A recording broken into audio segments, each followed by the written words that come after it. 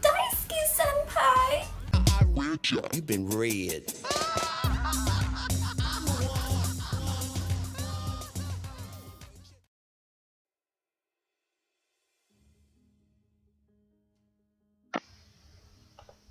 This story is about Vanessa. Self-centered, hypocrite, 18-year-old Vanessa. She acts like a child. We used to be close friends, so on my birthday she bought me a 4-day badge to San Diego Comic-Con, which I thought was pretty nice of her to do because I wasn't even going to go in the first place. Well, I decided to sleep over at her house over the con weekend because I thought it would be the right thing to do since she bought me the badge. Not even 5 days before the con, she decides she wants me to make 3 cosplays for her. Stupid me, being the nice person I am, try my best to complete them despite my process on my other cosplays. So the day of the con comes and I only have half completed 2 cosplayers because I'm a beginner at sewing, in which her grandma helped me finish the rest because they were like poodle shirts kind of. We had fun that day at the con, hang out with each other, so I thought everything would be fine.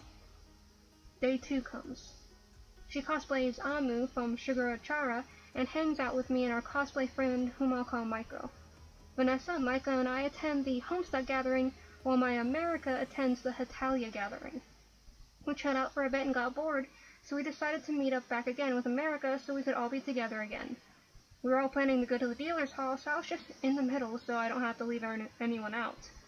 As we're walking, Vanessa stops and tells me and America that she's going to go off with Maiko somewhere else. I tell Vanessa okay, and if she needed anything to just call me as we depart. So here I am hanging out with America and little America until hours later we meet up again with Vanessa. End of the day, we separate except for America, Vanessa, and I, and we take the trolley as we were making plans for tomorrow. We had everything planned and stuff until late at night. Vanessa decided she wanted to cosplay Hungry for day 3 of Comic-Con. I tried to explain to her that it takes a long time to make such a complex dress and that it would be a lot more than one night. She throws a fit on how she has to cosplay Hungry, and if she isn't done, then she won't go to Comic-Con anymore. I suggest to her to cosplay the character she could cosplay on Thursday, or she could use my blue wig to cosplay Tumblr for that day instead, so we can have more time to work on Hungry. She still won't listen and threw a huge fit. Next morning, day 3, America meets us at Vanessa's house so we could be ready to leave. Guess who isn't ready? Vanessa. She's just sitting there pouting on how she couldn't get her way. America and I mentioned to her how we were supposed to go early like we planned so we could each catch the panel we wanted to go see, but Vanessa gives us this face like she doesn't even care. We then just said that we'd take the trolley and if she wanted to come to Comic-Con, she could come back to pick up Vanessa because her grandma doesn't want her to be alone in the trolley. America and I leave and go out to have fun at the con. I then text Vanessa asking if she's still going to Comic-Con because I'm a bit worried about her. She then proceeds to text me, "You ditched me. My grandma said give me the badges when you get here so I can give them to my cousin if you guys are going to be mean." Okay, this girl needs to calm down because we offered many options for her to take and it's my badge now with my own name on it, so she can't take it anyway, right? It's ridiculous. After America and I are done with Comic-Con, we go back to Vanessa's house and to get all my stuff so I can just spend the night at America's house for the last day. As we walk into her house and get my bags, her whole family is just there yelling at us about this whole story Vanessa made up of me always ignoring her for America, which is a lie. I tried to explain what really happened, but her grandma would not shut up and kept turning me out, telling me that I was a liar and manipulative. Excuse me? I have no idea what you're talking about, and I refuse to give back the badges because it's obviously my badge now because she gave it to me as a gift. Her grandma tells us that we can't leave her house until we give the badges back, as her older brother blocks the door from us exiting. Vanessa then tells me, "I'm going to punch you."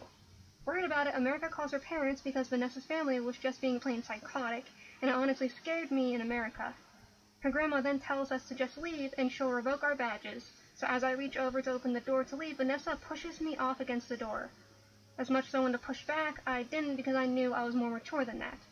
Her brother then drags her away from the door as America and I take our leave to get us picked up, and Vanessa shouts out like a crazy woman, "I hate you. Go die. I just never want to see you here again." I didn't even bother to respond and left. I get on Facebook when I get to America's house to block her, but right before I do so, she instantly messages me, "Theft, go die." And I just say, "Well, okay," with a smiley face, and blocked her immediately because I don't want anything to do with her anymore. And all this happened just because she wanted to cosplay Hungry for Natalia and could not get her way.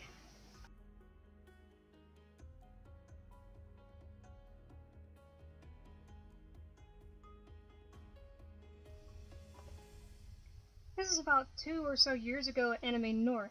I was with a friend and some of their friends, and one of them said, "Have you seen the Cooch Lady?"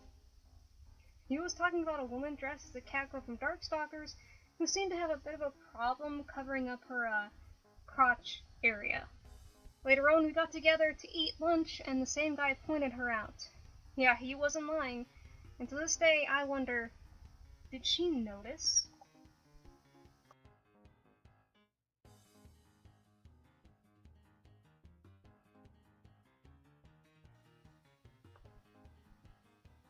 So my friends and I were in a Pokemon cosplay this year, and we found out there was a photo shoot on Saturday as always. It's a trend for some reason. So we went on ahead, showed up a few minutes before, and got excited. Everything was dandy. That is, until Team Skull showed up. A mass of Team Skull cosplayers showed up and assumed themselves, as I have described to my friends after the whole thing. They were absolutely awful. They ran up and down the escalators nearby, chanting Team Skull, preventing congoers from using them in the process.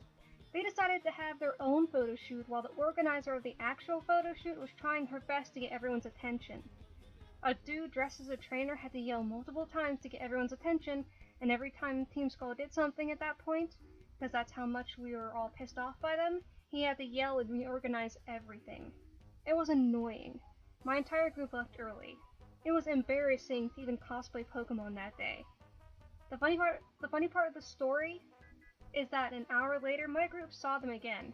They were, once again, going up the escalator. For some reason, they noticed my group and started chanting, "You are basic," at us.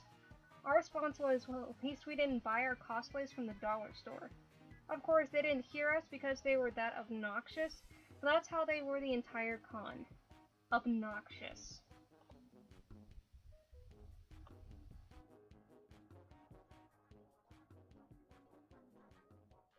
And now onto your comments. Last video I asked you guys who was your favorite female anime character, and these were your answers. Tweak Tweak said, "My favorite lady is totally Riza Hawkeye. She is a total badass, and her love with Roy Mustang is also relatable to me since I used to and still have a crush on Roy Mustang. Also, all of them have to wear a short miniskirt." Yeah, she was pretty cool. I sort of got into FMA when I was a lot younger. I haven't really been paying attention much to how the fandom was, but I remember that she was so cool when I was a young little weeb. She was awesome. Next comment comes from Marinella Oriz. It's a bit hard to say which female character I liked in an anime. If I were to go with more recent stuff, I would say Megumi from Food Wars. My fiance says that I relate to her since there were times I get a little flustered if I don't have one detail, such as not having my bronzer for my cosplays this time around to contour my face. And pointing towards the cosplay as consent now, I should have went with it, and that was a panel about it at the most recent con I was doing press at. And it was done by one of the cosplay guests, so it made sense for the panel and understood how it was important today's topic in the world. Yeah, cosplay as consent is very important, and I think people take it a lot more seriously than they did, way back when these things first started. So, but I'm glad that, the whole cosplay as consent thing is a thing, you know? Last comment comes from Lunar Bear. It's either, and I'm gonna butcher these names, I'm telling you right now, it's either Hijame. Like I said, this is an American trying to say these names, or Hijame from Gatchaman Crowds, or Madoka from PMMM. I love Hijame for her eternal optimism and problem solving. For Madoka, I relate a lot to her character, and I love how she becomes a little embodiment of hope at the end. I love all these comments. They were so good. It was so hard to pick which ones I wanted just because these comments were just awesome. But let's get on to the next question. My next question is, who is your favorite anime YouTuber? Personally, my favorite has to be a mix-up of Nux, Taku, and Giguk. Both of them are hilarious.